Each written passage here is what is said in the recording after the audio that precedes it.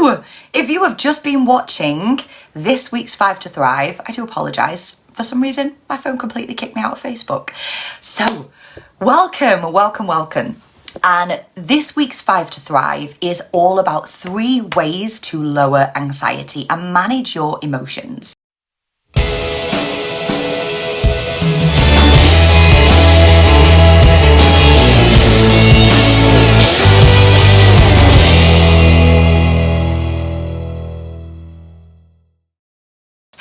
And I'm going to start with a different one. And then if you were watching, you can catch that one right at the end. So let's start with breathing. Hi, Suzanne. I know you were just watching then, so I'm not going to reiterate on this one first. I'm going to start with some breathing. 3 ways to lower anxiety. In 5 minutes, I'm going to share this with you. Now, those of you who have ever struggled with anxiety or in particular panic attacks, what happens? The chest goes tight. The breathing becomes very short and sharp and shallow. When was the last time you took a big, deep breath in and a slow exhale? Have you done that this morning? I want you to do so now if not. Big inhale through your nose and a controlled exhale, almost as if you're blowing out a candle. You may feel some sensations within the body. For some, especially if anyone goes, oh God, it gives me a bit of a head rush. This is the best sign ever because it means that your brain is ready for a big shot of oxygen and it came as a bit of a shock to it. So that is almost like the best description. If you think about anyone, if you've experienced or seen anyone having a panic attack, their breathing is very short and shallow. And when we're cracking on with our day, especially if we're struggling with anxiety, the last thing that we are doing is really filling our lungs, because when we're relaxed, what do?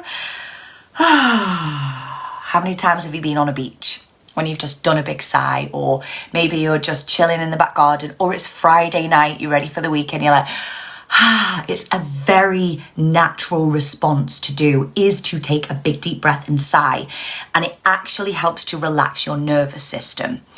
Whereas when we're going throughout our day, in particular struggling with anxiety, the breathing is short and sharp. Reason being is we are on high alert. The fight and flight response kicks in when our nervous system is on overdrive with anxiety. So should you ever be feeling like you have that anxiety within your chest, head, neck, tummy, wherever you feel it, take some time to breathe. It's the simplest, most quick tool that you have access to. Just try it now. Just take a few long, controlled breaths. And should you ever get into a place where you do struggle with panic attacks, recognizing that you have control over this, at the time it may not feel like it, but seeing if you can begin to breathe. That's the first thing. If you ever find yourself in that situation, tell yourself, I'm okay, I'm safe, I'm going to breathe through this. I'm okay, I'm safe, I'm going to breathe through this. Rather than, holy crap, I'm having a panic attack, or holy crap, my chest has gone tight, or oh my God, I can't breathe. Then the body goes into panic. So it's a really quick little tip for you there.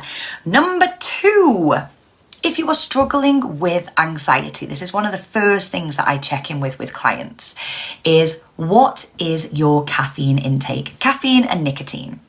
If you are someone who loves a coffee in the morning and you're not willing to change it, do you know what? Have that coffee. But if you are feeling that it is triggering things, especially if you're having them throughout the day, and tea included, monitor how you feel the hour after your tea or coffee. Or Coca-Cola as well. That is a huge one when it comes to caffeine.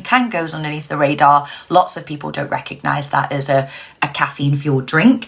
Smoking and even vape pens, if they have nicotine in, nicotine has a similar effect on some people as caffeine does.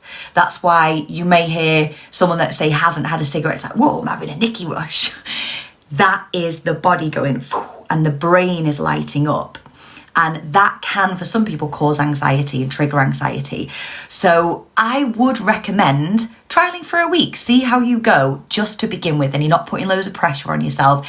Give it a week, swap coffee or tea or Coke and things like that, especially throughout the rest of the day. Have your morning brew if you feel okay. If you don't do it.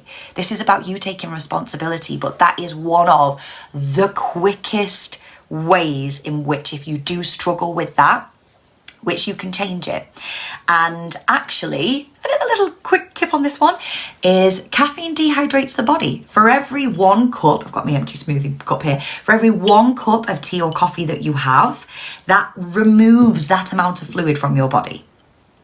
Like, it absorbs and it dehydrates your brain. So if you are drinking 3 cups of tea or coffee a day, I really hope that you are having a huge intake of water, because if not, you're in a deficit. Your brain is going, oh my God, I'm shrinking. And what does it do when we're not able to fully compute? We get anxious, we get brain fog. The more we have brain fog, the more we the more we forget things, the more anxious we feel. So that tiny little habit has a massive impact. And lastly, you are not your thoughts. You're not your thoughts. If you have bad thoughts, negative thoughts, that doesn't make you a bad person. It doesn't make you a negative person.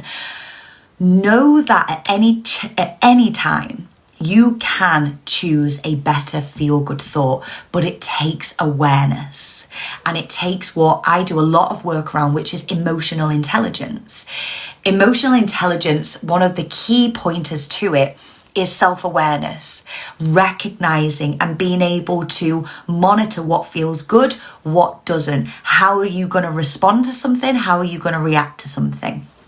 So actually knowing that your thoughts may feel like you're a puppet to your thoughts, but actually, if you choose to, you can stop, take that breath, put your coffee down, and choose a better feel-good thought.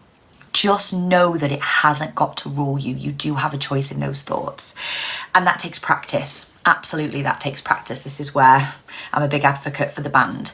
So thank you so much for joining us. I would love to know your thoughts below. If you put any of these into practice, which I really hope that you do, let us know which ones you find work best for you. If you need any additional support, just reach out to me and I'll be able to point you in the direction of different things, see what would support you best. And I'm going to say have a fantastic day. I look forward to seeing you on next week's 5 to Thrive. Have a good day.